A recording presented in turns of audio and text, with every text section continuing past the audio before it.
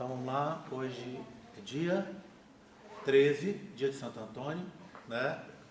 Dia 13 de junho de 2018, a turma aqui é 23B, curso de nutrição, e a matéria é embriologia geral.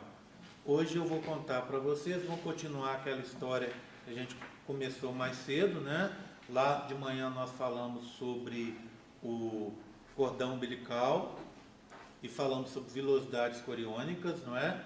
Eu preciso que você se lembre do que foi falado mais cedo, porque agora eu vou continuar contando para vocês sobre o amniocórdio e sobre a estrutura da placenta, tá? Então é isso, se a gente chegar até o final com esses tópicos entendidos, para mim fica bom. Bem, eu tenho alguns avisos para dar. Vamos ver se eu consigo lembrar de todos. Primeiro, a data da prova não vai mudar. Nossa prova é dia 7, vai continuar dia 7. E a recuperação dela é dia 14. Prova que eu estou falando, prova 3. Tá? Nós já marcamos a recuperação da 2 no dia 23, não foi isso? No sábado. Então, dia 23 é a recuperação da 2 e a prova 3 é no dia 7, alguns dias, algumas semanas depois. E na última semana, antes de entrar na última semana, no dia 14, a gente tem a recuperação da 3. E a última semana fica livre para vocês, para cuidarem de outras disciplinas que por acaso vocês tenham prova final, tá bom? Bem, então isso. A distribuição de pontos. Eu já distribuí alguns pontos daqueles questionários, lembram disso? Um no dia do UFLA de portas abertas, um no dia da aula de contracepção e um para revisão para avaliação 2, lembra? Da aula que eu postei para vocês lá no YouTube. Eu vou fazer uma revisão para avaliação 3, também vai ser postado lá.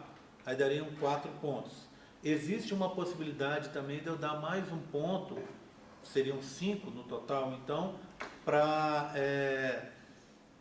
uma aula sobre sistema digestório, que eu acho que é importante para vocês da nutrição aprender, né? Tem que aprender realmente, e eu não sei se a gente vai ter tempo, tá bom? Então seria entre 4 e 5 pontos que vão ser dados para quem fazer essas atividades.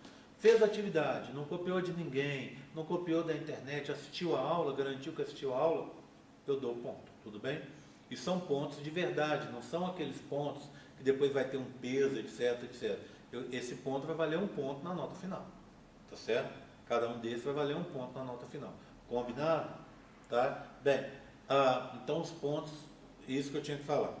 A prova, isso que eu tinha que falar, tá? Eu já coloquei lá no SIG uma atualização das notas de vocês. Então, quem não está em recuperação, a nota que está lá é a nota final. Tá? Quem está com 60 ou mais, a nota que está lá é a nota que vai ficar. Quem está com menos, quando fizer a recuperação, eu vou alterar a nota preferencialmente para cima, né, meninas? Tá? E a frequência também já está atualizada com a data de hoje. Toma muito cuidado, todos vocês, falem com os amigos de vocês. A gente sempre tem aquele amigo que gosta muito de faltar, tá? Avisa para ele, para ela, que eu sou um professor, quem me conhece sabe disso, que eu não abono frequência, tá? Faltou, faltou. Você tem direito a faltar 25% do curso, o que eu acho um absurdo, mas é um direito que vocês têm aqui na UFLA. Até que isso mude, uma em cada 4 aulas você pode faltar, que eu já acho demais. Então, eu não abono falta, porque eu acho isso demais e porque eu também não posso fazer isso. Não existe, se eu estiver fazendo isso, eu estou incorrendo em um erro, eu posso ser punido por isso. Então eu não faço porque eu não acho correto, não faço porque eu não posso. Tá? Então se alguém extrapolar 4 faltas na teórica, que é aquela das 7 da manhã, ou 8 faltas aqui, por que 8 aqui? Porque são duplas, aulas duplas. Então 2/3 das aulas são aqui e 1/3 lá. Então quem extrapolar 8 aqui é reprovado. Tá? Sem choro nem vela, tá? Do mesmo jeito, em relação a quem perder prova e não tiver um abono da falta no dia. para mim, se perdeu prova, ela tem que ter um motivo justificado. É um absurdo a pessoa simplesmente não aparecer para fazer prova porque não estudou, porque quer deixar para fazer a prova só na recuperação. Não funciona assim. Você perdeu prova e quer fazer recuperação, você tem que ter o abono da falta, claro, para justificar aquela sua ausência nesse dia tão importante. Então, perdeu prova e não tem abono, não tem jeito de fazer a prova no segundo momento. No primeira prova, muita gente perdeu. Nessa última prova, que eu me lembro, acho que foi uma, duas pessoas só que perderam. Eu acho que as pessoas estão começando a compreender esse tipo de coisa, que aqui o negócio é sério, né? A gente não está de brincadeira. Bem, o último aviso, eu acredito, se vocês lembrarem de alguma coisa, vocês me perguntem e eu falo. Os esboços. Tem que fazer os esboços, eu combinei até quarta-feira. Então a prova de recuperação é no sábado até quarta-feira da semana, ou seja, a prova é dia 23, não é isso? 23 é sábado, 22 é sexta, 21 é quinta, dia 20, quarta-feira. Você tem até a noite de quarta para fazer esses esboços e o questionário, postar, enviar o questionário para mim, tá? Questionário, óbvio, sem copiar e sem copiar da internet, tá? Estou bem atento. No primeiro questionário eu tive um certo jogo de cintura com coisas que estavam meio estranhas e tal. Para isso eu não vou ter mais. Então aquela pessoa que está copiando da internet, para mim não faz sentido. Está dando aula, a matéria, a pergunta está sendo dada na aula, tem a aula gravada. Assista a aula e faça com suas palavras. Porque quando você faz o questionário e faz o esboço dos desenhos, é para você ter uma chance para aprender aquilo que você teve dificuldade e não foi bem na prova. Sobre os esboços, a Bia está fazendo os desenhos, acabou, né, Bia? Não, falta um. Da prova, a prova 2? É? Tá. Faz um favor para mim, as pessoas estão cobrando, e a gente tem muitos alunos em recuperação, deixa o quanto antes esses esboços aqui, isso, deixa aqui com a monitora, tá? Ou deixa comigo que eu passo com a monitora, você que sabe melhor. Então, deixa com a monitora. Aí o que acontece? Os esboços vão ser feitos a partir do desenho da Bia. Você pode fazer o esboço ou só colorir o esboço o desenho que ela está trazendo, né? E quem quiser fazer diferente, não quiser tirar xerox, se quiser desenhar, pode fazer. Para mim, tanto faz, tá? Quem não quiser colorir, é só indicar as cores e o nome da estrutura, tudo bem? E eu tenho que lembrar a vocês que os modelos da UFMG também caem. São modelos que caem na prova, tem que fazer o esboço deles também. Seria absurdo se não tivesse que fazer. Concorda comigo? Tá? Então, esse é o último aviso que eu me lembro. Mais alguma coisa que vocês queiram saber? Se lembrar, pode perguntar ao longo da aula, tá? Vamos começar então? Pegar aqui o modelinho que ficou para cá. Bem, o que nós temos aqui? Bem, começar com esse de cá. Nesse momento aqui, a gente tem o quê? A gente vai ter um embriãozinho, né? Tá ele aqui, ó. Tá? Aqui a gente tem as projeções dos somitos. Os somitos estão lá dentro, mas eles fazem projeções no ectoderma.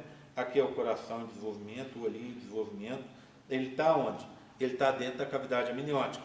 Então, aqui é a esplancnopleura exembrionária. União de epitélio amniótico com mesoderma exembrionário, folheto interno. Esse espaço que está aqui é o celoma exembrionário.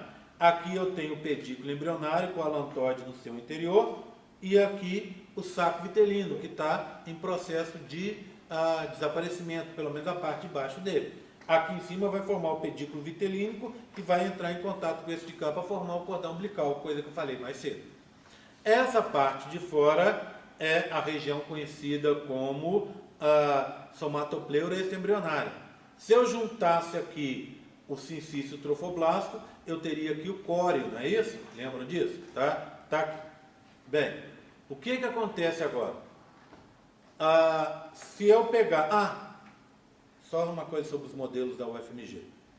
A Bia não vai desenhar, tá? Os modelos da UFMG têm uma apostila já com eles desenhados.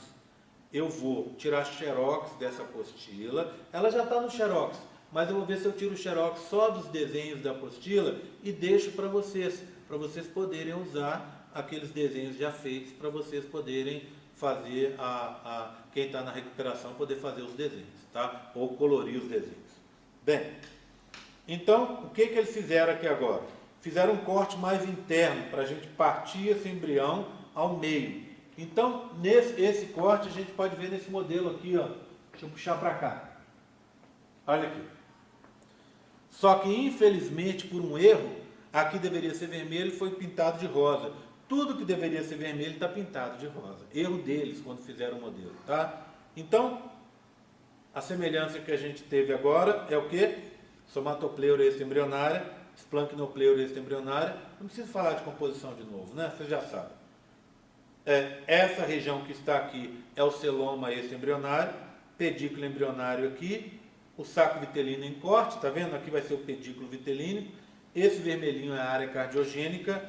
O intestino primitivo está aqui, revestimento laranja, que antes era o teto do saco vitelino, que a gente chama de endoderma embrionário. Acima dele, a notocorda. E acima dela, o tubo neural em desenvolvimento. Concorda comigo? Tá? Revestindo tudo, o ectoderma. Concordam? Tá? Nada demais, né? Vou deixar esse modelinho aqui. Vou deixar o outro que eu já falei dele aqui. E agora eu vou mostrar para vocês esse modelo. O que aconteceu de lá para cá? Algumas transformações. Concordam? Bem, só para lembrar que aqui tudo deveria ser vermelho e está pintado no rosa. Continua o problema. Olha o pedículo vitelínico como cresceu, tá vendo? Essa parte do saco vitelino vai desaparecer. Olha o pedículo embrionário com alantóide no seu interior, como se juntou ele aqui, tá vendo? E eles são revestidos pelo epitélio amniótico, como eu mostrei lá hoje. Esse aqui, então, olha, é a cavidade amniótica. Aqui está o bebê, né? Nada demais. Tubo neural, notocorda, endoderma intraembrionário, área cardiogênica. Aqui deveria ser principalmente vermelho, que é o mesoderma embrionário, e aqui o ectoderma de revestimento, certo? Só que aqui aconteceu uma coisa importante. Compara os dois aqui, ó. Olha lá. O que aconteceu? A cavidade celômica, o celoma extraembrionário, sumiu. Por que sumiu? Porque o bebê precisava de espaço para crescer. E como ele precisa desse espaço, a primeira coisa que ele fez foi acabar com esse espaço que estava aqui cheio de água. Então ele, ao acabar com esse espaço, o mesoderma extraembrionário, folheto interno, e o mesoderma extraembrionário, folheto externo, os dois se juntaram num só. Olha aqui, ó. Viraram um só. E o celoma extraembrionário sumiu. Bem, o que você tem aqui agora? O lado de fora, como é que era o lado de fora? Sincício, que não está mostrado, cito, trofoblasto e mesoderma extraembrionário. Agora não existe mais folheto externo e interno. Tudo bem? Esse conjunto, sincício, cito e mesoderma extraembrionário, a gente chama de córeo, não é? Córeo. Córeo. Ele se juntou com o epitélio amniótico. Olha lá, epitélio amniótico. Epitélio amniótico mais córeo, eu chamo de membrana amnio, vem daqui, corial, ou amnio coriônica, tá? Só que ao invés de eu chamar de membrana amniocorial ou amniocoriônica, eu prefiro chamar isso de amniocóreo. O que é isso, esse amniocóreo? A união entre o epitélio amniótico e o córeo, que acontece devido ao crescimento do bebê, que assim ocupa todo o espaço que está ali. Ok? Tudo bem? Então, a partir desse momento, essa história aqui, ao invés de eu chamar o revestimento externo, que envolve o bebê, de córeo, eu vou chamar de amniocóreo. Vamos localizar isso no tempo, para vocês entenderem o que eu estou falando? Vou deixar aqui, tá? Se vocês quiserem ver, olhem, passa para os meninos ali. Vamos localizar isso no tempo. Quando isso acontece? Com 3 meses, tá? Com 3 meses. Até um tempo atrás, eu dava essa aula logo depois da aula de imediatamente na aula, junto com a aula de dobramento embrionário. E tinha muita gente que achava que esse processo que estava acontecendo era consequência do dobramento, que não é. Dobramento embrionário, vocês se lembram? Termina no final do primeiro mês, não é? Com um mês de vida, o bebê já dobrou. Esse processo acontece 2 meses depois, com 3 meses. Então, a formação da membrana umbilicoreal marca o término do primeiro trimestre de gravidez. Concorda comigo? Tá? Bem, dito isso, deixa eu mostrar uma coisa para vocês. Vou passar aqui e aí a gente vai passar a apresentação, a gente vai olhar a apresentação e olhando a apresentação, eu vou rever algumas coisas que eu falei mais cedinho, tá? E ao mesmo tempo a gente vai olhar a estrutura do amniocóreo num outro modelo que está ali, que veio da figura que nós vamos tirar de cá. Cadê, filho? Vamos carregar. Só um minutinho, gente. Está carregando. Pronto. Tá? Então, placenta, tá? E anexos embrionários é o assunto dessa aula. Aqui está o cordão umbilical em formação. Está carregando ainda, vai melhorar, tá? Cordão umbilical em formação. Aqui o pedículo vitelínico, que está se juntando com o pedículo embrionário. Foi isso que nós vimos hoje, não é? Tudo bem? O bebê de barriga. E esse aqui é o Vartum, tá vendo? Da tal da geleia de Vartum que eu falei lá mais cedo, que é aquele tecido conjuntivo que forma o cordão umbilical. Tá ele aqui. Aí são os dados do cordão umbilical que eu conversei mais cedo. Bem, seguindo para cá, eu tenho a figura que nós vimos hoje lá, aquele quadro, né? Para mostrar a formação do cordão umbilical. Então, naquela placa tinha esse bebê com 4 semanas e esse bebê aqui com 10 semanas. E aí embaixo tinha as alterações que acontecem durante a formação do cordão umbilical. Não foi isso que eu falei mais cedo? Bem, então não vamos perder tempo aqui não. Nesse de cá é a hérnia umbilical fisiológica, tá vendo? Olha aqui, ó. Aqui está a barriguinha do bebê, o intestino em formação. Como ele não tem espaço, ele ocupa a base do cordão umbilical para formar as dobras, né, do intestino, para o intestino poder crescer e se diferenciar, o intestino delgado. Então ele precisa desse espaço. E aí vai dar essa hérnia, que é fisiológica, porque ela vai terminar naturalmente antes do nascimento do bebê. Bem, e aqui é a parte de baixo daquela placa, não é isso? Olha lá, cordão umbilical em formação. Aqui é a região do pedículo embrionário, aqui do saco vitelino, pedículo vitelínico. Aqui eles estão se unindo, tá vendo? O que aconteceu? O ducto vitelínico, que é a abertura, vai sumir, tá certo? Os vasos daqui, o alantoide já sumiu. Esses 2 vasos, que seriam 2 veias, se juntaram e ficaram as 2 artérias. E esse é aquele emoticon final, não é isso? O que você tem? Uma boquinha, que é uma veia, e 2 olhinhos, né? Um emoticon triste, tá vendo? Uma boquinha e 2 olhinhos, 2 artérias e uma veia. Tá? Esse é o aspecto do cordão umbilical. E a parte amarela toda é o tecido conjuntivo mucoso, que a gente chama de geleia de Vartum. Tá? Apesar de ser geleia de Vartum tá meio em desuso, de vez em quando a gente vê alguém chamando isso de geleia de Vartum. Tá? Tudo bem? Bem, aí sim, agora eu cheguei onde eu queria. Já que eu cheguei, eu vou poder servir um cafezinho. Alguém aceita um café? R$1,50. Nossa, tem uma água aqui. Deixa eu jogar aqui no cantinho. Aqui, ó. É porque eu lavei a xícara. Pronto.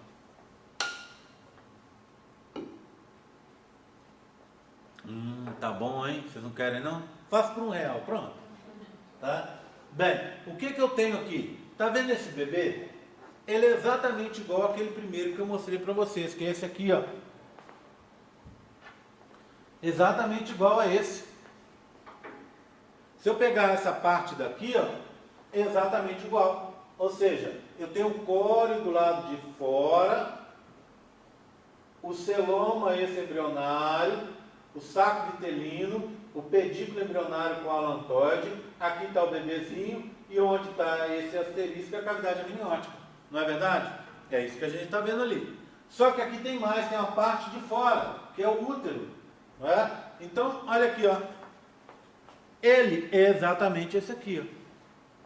Então tem aqui aquele tampão mucoso, as tubas que a gente cortou aqui, a vagina está do lado de cá, não é? Então está o útero. Está vendo como tem espaço aqui ainda? Ó? Esse bebê ainda não cresceu muito, tem muito espaço. A gente vai comparar com o outro.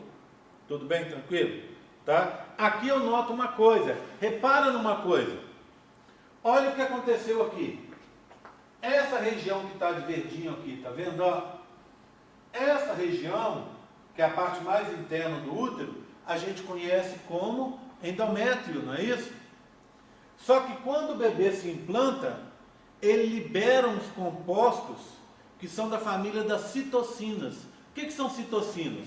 Compostos químicos que o bebê usa para falar com a mãe dele, para eles se comunicarem. E uma das coisas que esse bebê faz, assim que ele se implanta, é pedir socorro para a mãe dele. Já começa a dar aborrecimento assim que se implantou, tá vendo? Ele vai pedir socorro para a mãe dele, porque o que acontece nessa fase, logo no início, é que a mãe, é muito comum a mãe atacar o bebê. Por quê? Porque o bebê é um corpo estranho. Por que o bebê é um corpo estranho? Ele não veio dela? Veio dela, mas metade do material genético é do pai. Portanto, ele não é a mãe. Ele é uma mistura da mãe com o pai. Ele pode ser atacado pelo sistema imune. Então, a maioria dos abortos que acontecem nesse primeiro mês. Vocês já ouviram falar que até o terceiro mês é mais comum os abortos naturais, né, espontâneos. Mas, se você pegar na realidade, a imensa maioria dos abortos acontece nesse primeiro mês e o bebê é tão pequeno que você nem sabe. Às vezes você fica grávida e perde. E não chegou a nem saber que estava grávida, porque naquelas 2, 3 primeiras semanas de gravidez, seu corpo atacou o bebê e ele morreu. Para evitar isso, o que esse bebê faz? Libera citocinas. E o que a mãe faz em resposta? Transforma o endométrio num tecido chamado decídua. O que é decídua? O nome, a origem do nome, etimológica do nome, quer dizer o seguinte: tecido que desce. Por que desce? Por que desce? Porque depois que você tem o bebê, quando vocês tiverem os filhos de vocês, o bebê é retirado e aí a placenta sai. Como é que a gente chama essa saída da placenta? A gente chama de dequitação, tá? Dequitação é essa liberação da placenta após o parto. Está escrito aqui, ó, dequitação. Tá vendo? Então, depois que você tem o bebê, há uma expulsão da placenta, a dequitação. E junto vai sair o endométrio. Esse endométrio a gente chama de decídua porque ele desce. Concorda comigo? Mas por que chamar esse endométrio de decídua? O que aconteceu com ele? Algumas coisas. Por exemplo, esse endométrio, ele é rico em fibroblasto. O que são os fibroblastos? Alguém se lembra? Vocês aprenderam lá na histologia com a Cristina, não foi? Fibroblasto é a principal célula do tecido conjuntivo. Por quê? Porque ela faz a matriz extracelular e faz também as fibras colágenas, elásticas e tal. Então, ela que constrói o conjuntivo, não é verdade? Tá?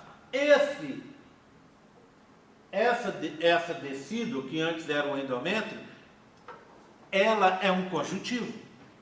Esse conjuntivo, depois da liberação das citocinas e da resposta da mãe, ele fica rico em fibroblastos, cheio de fibroblastos. E os fibroblastos fazem assim, ó, fica um do lado do outro, formando uma barricada, uma proteção que vai deixar o bebê no seu interior, protegido contra o ataque da mãe.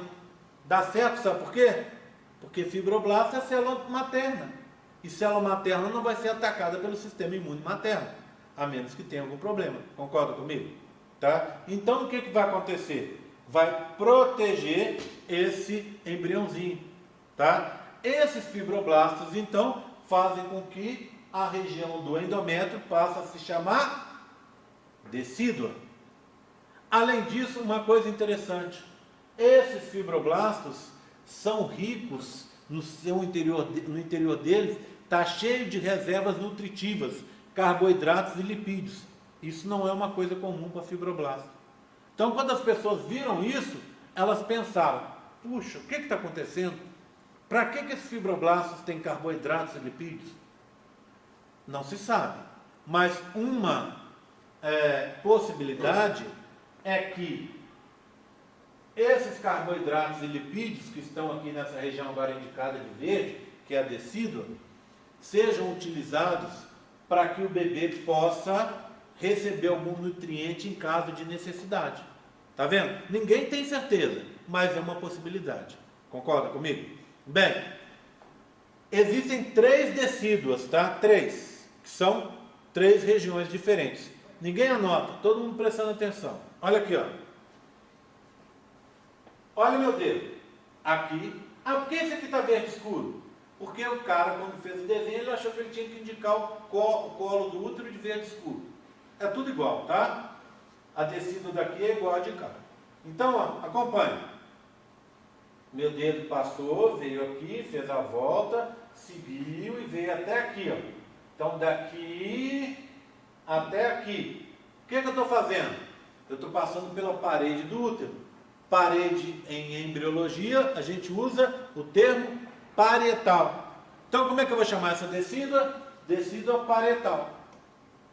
Tá? Agora, olha uma outra decídua. Tá vendo? Olha meu dedo. Acompanhe. Tá aqui, fez a volta, tá vendo? O bebê se implantou aqui, ó. Então, está no polo oposto da implantação, tá vendo? Formando uma cápsula que vai envolver o bebê. Como é que eu chamo essa decídua? Decídua capsular. Simples assim. Tá? E essa decídua que está aqui na base, ó, que vem daqui até aqui? Decídua basal. Tudo bem? Então são 3 decíduas em 3 regiões diferentes. Parietal, capsular e basal. São tecidos ricos em fibroblastos, que servem para proteger o embrião, que são formados em resposta à liberação de citocinas a partir do momento da implantação embrionária. Tudo bem? Tranquilo? Estão entendendo? Tá? Bem. Vamos voltar a falar de córeo agora. Córeo são aquelas expansõezinhas que a gente viu hoje, né? Que estão ali na mesa, ó. Ok? São aquelas vilosidades coriônicas, a parte de fora dele. Bem, olha aqui, ó. Nessa região, deixa eu dar até um zoom para melhorar a nossa visualização. Aqui, ó. Vou dar um zoom aqui, ó. Pronto. Agora ficou melhor. Concorda? Tá vendo aqui, ó? Aqui eu quase não tenho vilosidades. Muito pequenininhas. E aqui eu tenho vilosidades grandes. Por que é isso? Vamos só definir o nome dessas 2 regiões primeiro. Córeo sem vilosidade na decídua capsular. Tá vendo, ó? Esse córeo sem vilosidade eu chamo de córeo liso. E o córeo com vilosidade está onde? Na decídua basal. Está vendo? O córeo associado à decídua capsular é o liso. E o córeo associado à decídua basal, a gente chama de córeo com vilosidades, que é o córeo viloso. Parece uma árvore toda ramificada, tá vendo? A gente chama isso aqui também de córeo frondoso. Córeo frondoso ou viloso, córeo liso. Vocês têm ideia por que é assim? Aqui tem água, não é? Aqui tem água. Aqui também. Essa água força para cá, ó. E não deixa, fazendo muita pressão, não deixa se desenvolver as velocidades. Por isso aqui é o córeo liso. E aqui embaixo, tá vendo? Tem todo esse tecido, tem um embrião que está encostado e tal, a pressão aqui é menor. Resultado, aqui conseguem se formar as vilosidades. Tá? Córeo viloso ou frondoso, córeo liso. Na decídua basal, viloso ou frondoso. Na decídua capsular, liso. Nota uma coisa aí, todo mundo. Pega o caderno e anota. Isso é muito importante. Já disse a vocês que quando uma coisa é verdadeiramente importante, eu nem escrevo, eu dito. para que você escreva no caderno, para ter uma certeza que todo mundo tem isso anotado. Escreva aí, placenta é igual.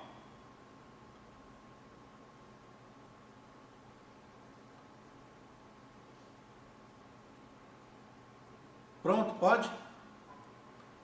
Córeo viloso ou frondoso. Placenta é igual córeo viloso ou frondoso e decíduo basal. Então, essa aqui é a região da placenta, gente, ó. Aqui é a placenta, tá? Aqui é a placenta. Tudo bem? Só que antes de falar de placenta, eu quero continuar explorando esse modelinho, que eu vou passar aqui para vocês verem, ó. Aqui. Ali é a figura, e da figura a gente fez o modelinho. Podem olhar à vontade, tá? Depois eu vou mostrar o outro. Tudo bem, tranquilo? Eu vou voltar à historinha. Olha o que temos aqui, ó. Um monte de espaço, tá vendo? E temos o celoma, concorda comigo? O celoma está aqui, ó. E o espaço no útero está aqui. Agora, esse é um bebê com umas 4 semanas. Ainda é um embrião. Tudo bem? Agora vamos passar para cá, ó. Repara numa coisa. Aqui ele cresceu. Aqui é um feto com 12 semanas. Olha a diferença. Embrião, feto. Tudo bem? Vamos reparar uma coisa. Cadê o celoma que estava aqui, ó? Cadê o celoma que estava aqui? Sumiu. Portanto, formou o quê? O amniocórdio do lado de cá. Vamos dar uma olhada nesse amniocórdio? Vamos fazer um corte aqui, ó. Olha lá. Se a gente cortar e ampliar, olha aqui. Aqui é aqui. Líquido amniótico. Olha aqui, ó. De pretinho. Esse preto mais escuro aqui, ó. Essa região mais escura é o epitélio amniótico. Concorda? Aqui, ó. Epitélio amniótico. O que é isso aqui, ó? Essa região amarela é o córeo, está aqui, ó, o amarelo. Opa, mas por que tem esse pontilhado? Só para indicar que os dois mesodermas, esse embrionário, se juntaram. Tudo bem? E que sumiu o celoma, esse embrionário. Repara numa coisa que aconteceu agora. Como é que eu chamo essa parte aqui verde? Decíduo capsular. E essa verde aqui de fora? Decíduo parietal. Em grande extensão do útero, olha lá, a decídua capsular se juntou com a decídua parietal, menos aqui embaixo, ó, tá vendo?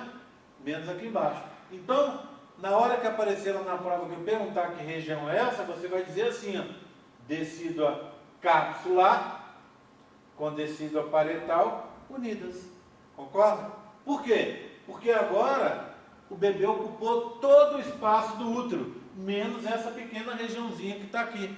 Deixa eu passar o modelo para vocês verem. Tá? Bem, já contei para vocês que isso acontece com 3 meses. Meninas, o que acontece depois dos 3 meses de gravidez? Alguém se lembra? Coisa do dia a dia da gente. A barriguinha começa a aparecer, não é? Quando vocês estiverem grávidas, provavelmente até os 3 meses não vai aparecer nada. Aí dos 3 meses para frente começa a aparecer. Por quê? Porque aconteceu isso aqui, ó. O útero foi todo ocupado pelo embrião. E a partir dos 3 meses, para o embrião crescer, o útero vai ter que crescer também. Então, o útero vai crescendo, vai sair do tamanho de ser menor que seu pulso aqui, ó, para ficar do tamanho, desse tamanho, mais ou menos o tamanho de uma melancia. Tá? Você vai estar carregando uma melancia aí na sua barriga. Tá? Por quê? Porque dentro do útero você tem um bebê que vai ter aí uns 3, pode chegar até 5 quilos sem nenhum problema. Você vai ter um litro de líquido amniótico, mais placenta, todas as membranas vão estar ali dentro. Então isso ocupa espaço. E a partir da formação do amniocórdio e desse crescimento, o seu útero obrigatoriamente vai ter que crescer. Porque agora já não tem mais espaço para o bebê se desenvolver. Estão entendendo? Tá? Isso está acontecendo, então, a partir dos 3 meses de gravidez. Formação do amniocórdio, tá? Tudo bem? Todo mundo entendeu? Dúvidas, hein? Tranquilo, meninas? Tá? Bem, então, vamos ver agora uma coisa. O que eu tenho aqui? A placenta. Vamos dar uma olhada como essa placenta se forma? Tá? Tudo bem? Antes de falar da placenta, a gente vai ver algumas coisinhas que eu já falei hoje, né? Tá aqui seguindo os slides. Tá? Opa, cadê? Tá para trás, será? Deixa eu ver. Será que eu passei para frente? Não, tá aqui. Deixa eu já aproveitar e mostrar isso para vocês. Lembra disso? As velocidades coriônicas? Então, o que eu tenho aqui? Ó, em corte, um corte diferente do modelinho que está aí com vocês. Velocidade coriônica primária, tá? Sendo formada por sincício e citotrofoblasto. Velocidade coriônica secundária. Sincício, cito e mesoderma esse embrionário. Velocidade coriônica terciária, igual a secundária, só que com vasos. E velocidade coriônica a termo. O que aconteceu? Olha lá. O sincício ficou fininho, compara. O cito virou a região do manto citotrofoblástico. Não é? E aqui, ó, os vasos ficaram maiores e mais periféricos, para permitir uma melhor transporte de substâncias. Tá? Tudo bem? Então, isso é a velocidade coriônica a termo, que a gente já falou mais cedo. Bem, então, só para dar uma conferida aqui, tá? Eu vou passar a voltar então, tá?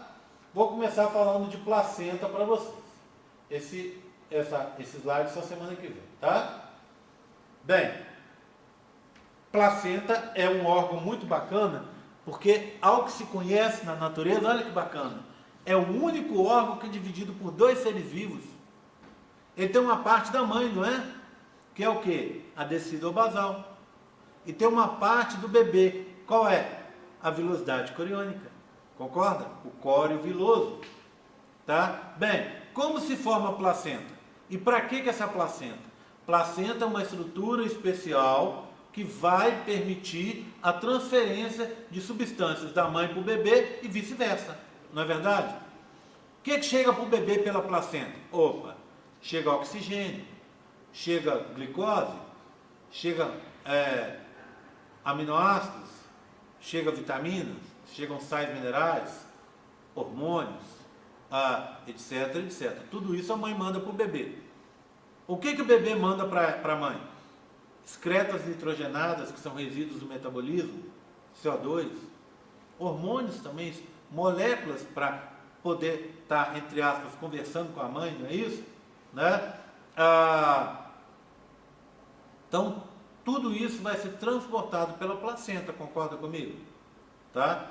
Então, vamos pensar como essa placenta vai se formar. Vou começar aqui, ó, período pré-lacunar. Então, imagina, você tem um embrião se implantando. O sincício trofoblasto vai erodir o endométrio, para que o embrião consiga entrar. Quando acontece isso, o embrião já está em contato com os tecidos da mãe. Aí ele consegue já retirar lá desse conjuntivo, que é o endométrio, ele já consegue retirar nutrientes. Já começa aqui em cima o que a gente chama de nutrição histiotrófica.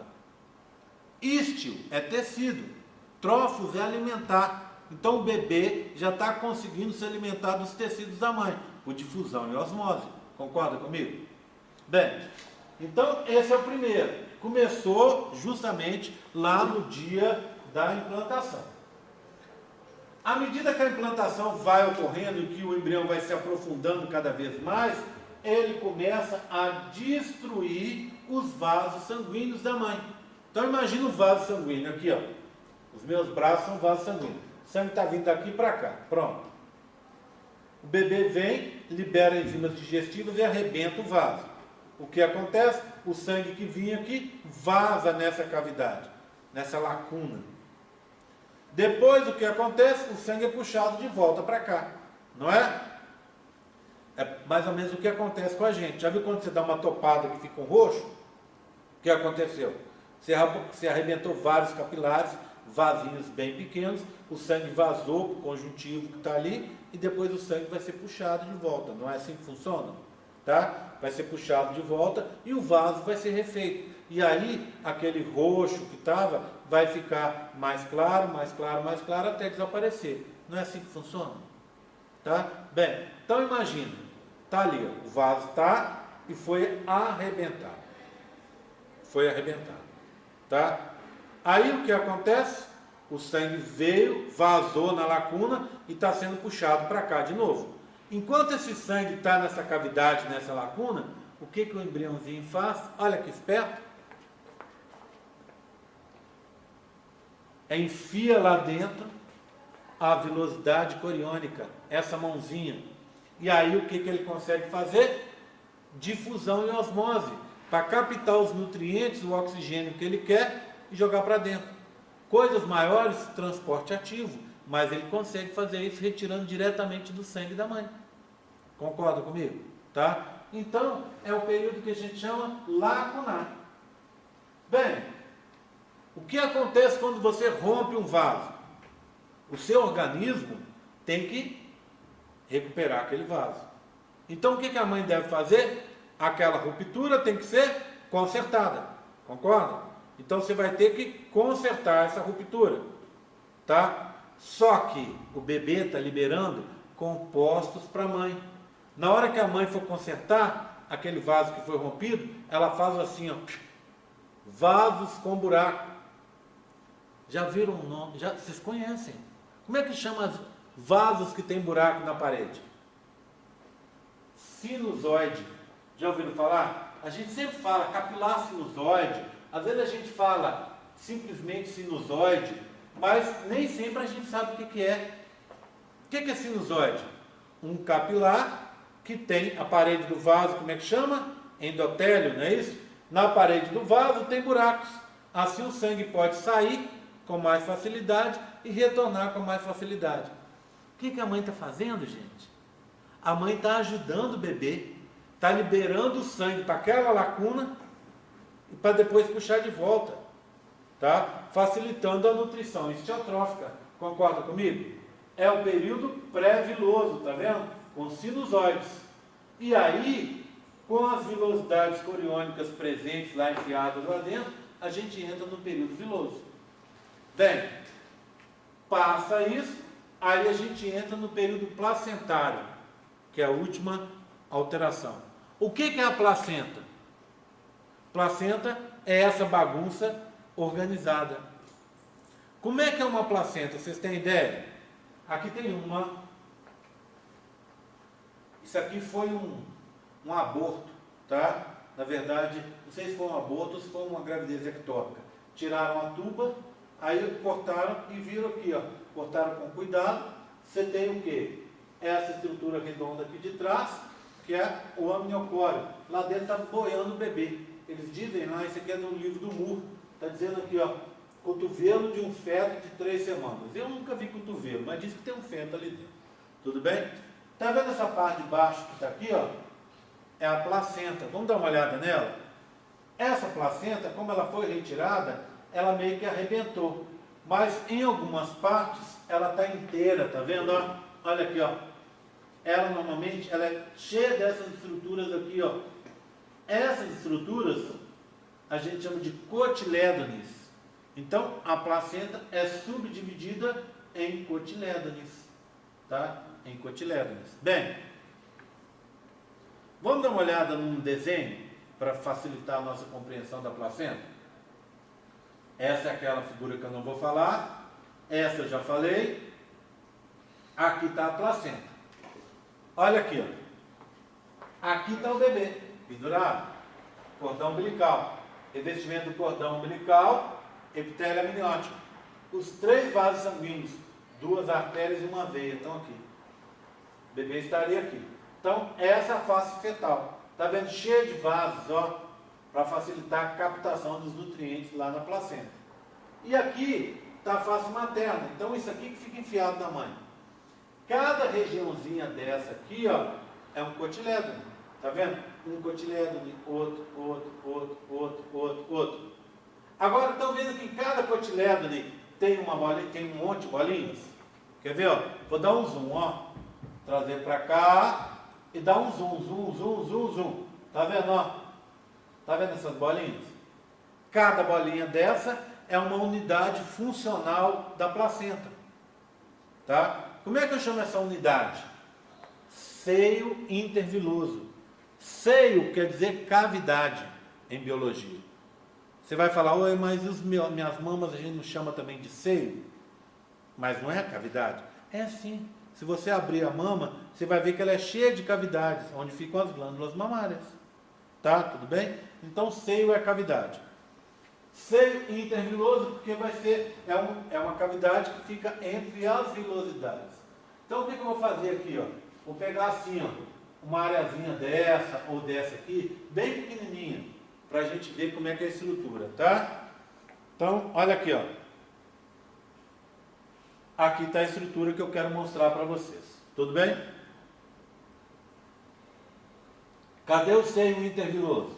Aqui está um. Aqui está outro. Mais um aqui, ó. Mais um aqui. Lembra das lacunas? Agora o negócio ficou mais organizado. Separando um seio do outro, aqui está septo decidual, eu prefiro chamar de septo interviloso. Porque aí eu guardo seio interviloso, septo interviloso. Separando um seio do outro, um septo. Tá? Tudo bem? Olha a velocidade enfiada aqui, ó. Uma velocidade, outra velocidade. Tá? Então o que acontece?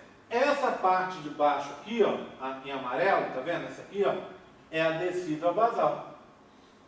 Enfiado na decídua basal, eu tenho as velocidades coriônicas. Lembra que eu falei hoje para vocês sobre o tal do manto citotrofoblástico? Olha ele aqui, gente, ó. Vou dar um zoom aí. Nessa aqui, ó. É uma velocidade coriônica terciária, porque tem vasos, né? Olha lá. Olha o manto citotrofoblástico aqui, tá vendo? Prendendo, ancorando a velocidade na decídua basal. Esse desenho está meio pobre. Eu deveria ter um outro manto citotrofoblástico aqui, um outro lá de cá, mais um aqui, para segurar mais firme essa velocidade, para impedir que ela se rompa. Concorda comigo? Tá? Então, essa aqui, ó, é essa estrutura que vocês estão vendo aqui, ó. Concorda comigo? Tá? É o manto citotrofoblástico, para ancorar a velocidade. Bem, como é que funciona então? Diz que a bagunça estava organizada, né? Olha como é que vai funcionar. Deixa eu voltar. Pronto. Olha lá. A mãe vai jogar sangue no seio interviloso e depois vai puxar esse sangue de volta. O sangue vai encher o seio, a velocidade está lá e a velocidade vai fazer o transporte por difusão e osmose ou transporte passivo quando for necessário. Transporte ativo quando for necessário. Concorda comigo? Tá? Bem, tranquilo até agora? Sim ou não? Dúvidas? Hein, meninas? Bem, então seguindo nossa aula particular de embriologia, né? Só para VIPs hoje, tá? Deixa eu contar para vocês, então, uma coisa engraçada. Vou sair desse assunto e falar de um outro assunto. E depois retornamos para cá. Bem, vê bem. O sangue chega no coração pelo lado direito. Átrio direito, ventrículo direito, vai para o pulmão, não é? Volta pelo átrio esquerdo, ventrículo esquerdo, vai para o corpo. Depois retorna para o coração. A saída do sangue do coração para o corpo e o retorno ao coração, a gente chama de grande circulação, não é verdade? E a saída do coração, do sangue do coração para o pulmão, onde ele vai ser oxigenado, vai sofrer o processo que a gente chama de hematose, ele vai perder o CO2 e ganhar o oxigênio, a gente chama de pequena circulação, não é verdade? Não é? Lembram disso? Bem, vamos lá. O pulmão é feito de subunidades muito delicadas, saquinhos, microscópicos que eu chamo de alvéolos, né, Bia? Esses alvéolos, eles são extremamente delicados. Se você imaginar que o sangue chega no coração por dois vasos dessa grossura, que são 2 veias cavas, bate no coração, que é musculoso, aqui no meio do peito, com muita força e sai com força, o que aconteceria?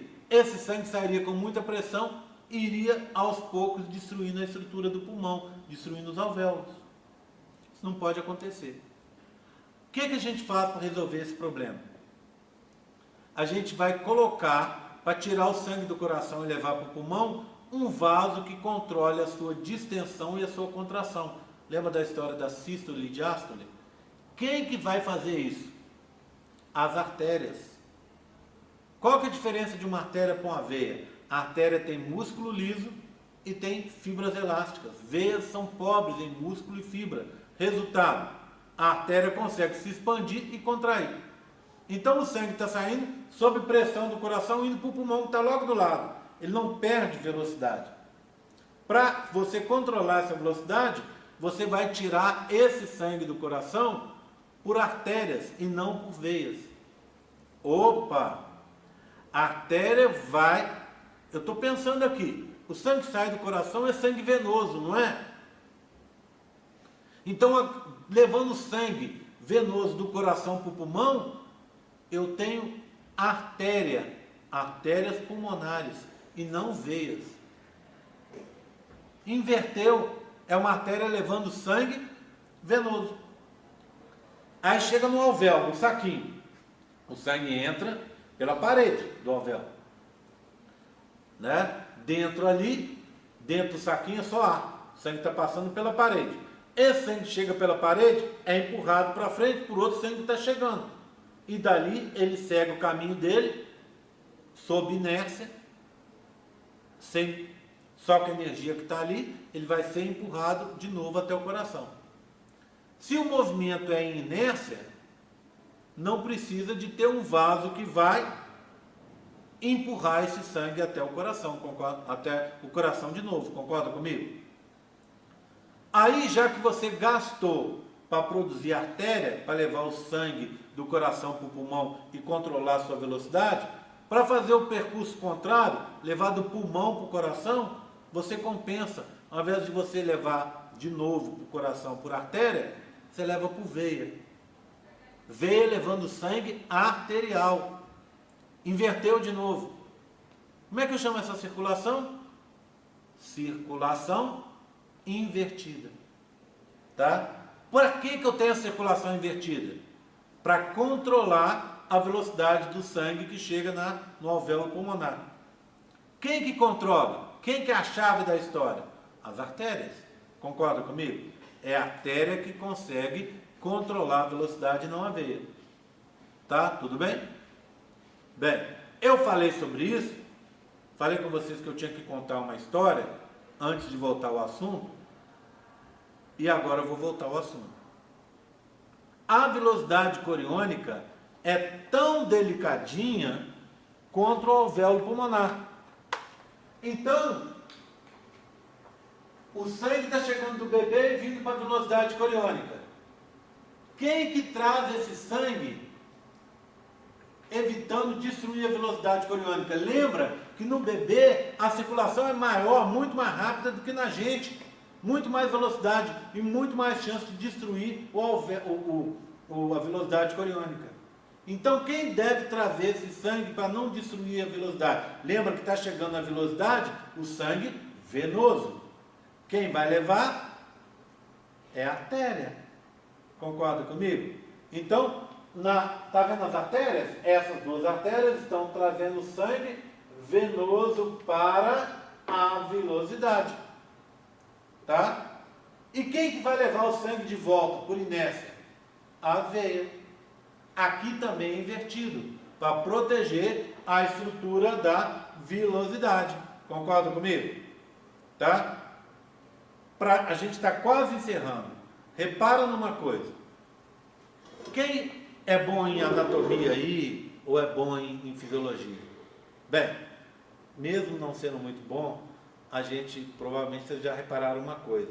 Quando você pega um atlas de anatomia ou um livro de fisiologia, você vai ver sempre que as artérias são indicadas em vermelho e às vezes em azul, não é isso?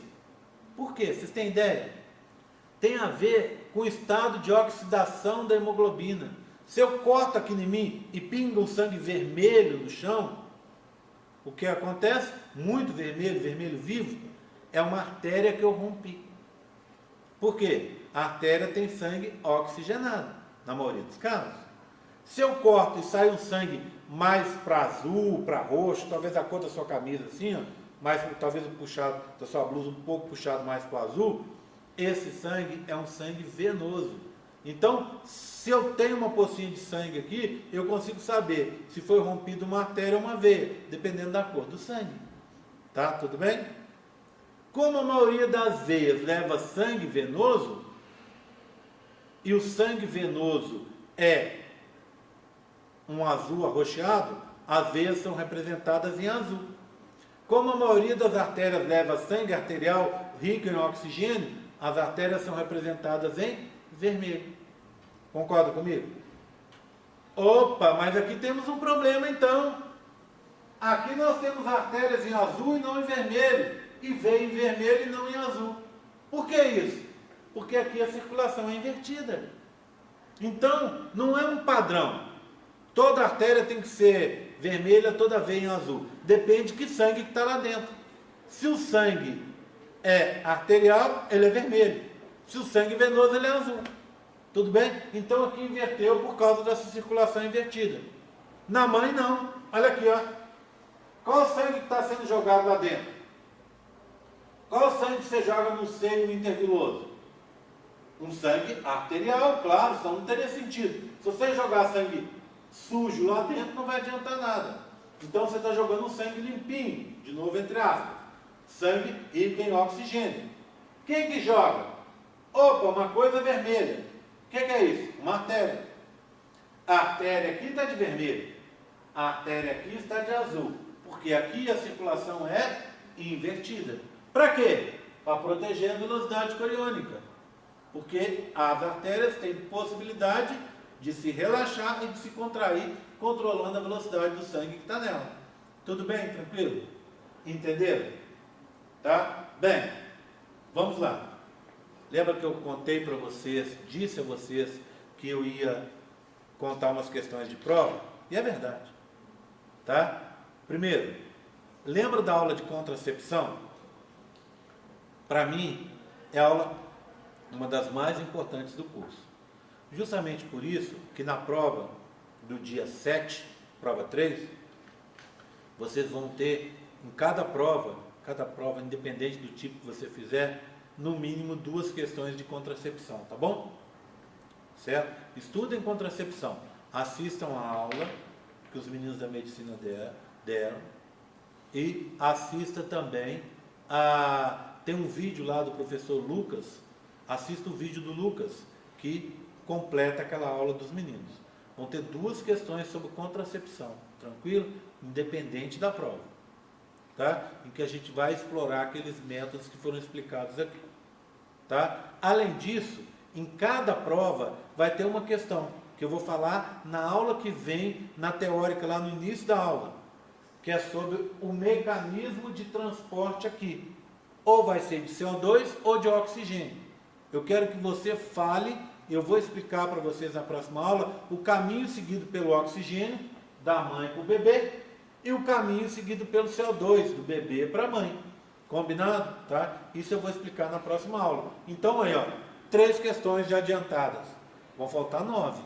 Os outros assuntos vão fazer 9 questões. Tudo bem? Tranquilo? Tá? Acho que já ajuda um pouco. Bem, quais são os outros assuntos para a prova? Você se lembra? Todos os assuntos que não caíram na prova 2, pronto, nem na prova 1, não é? Como é que é? Lembra? Somito, contracepção, sistema nervoso, dobramento, amniocórdio, que mais? Placenta, que eu estou falando, né? Cordão umbilical, e mais alguma coisa que a gente tiver mais para frente.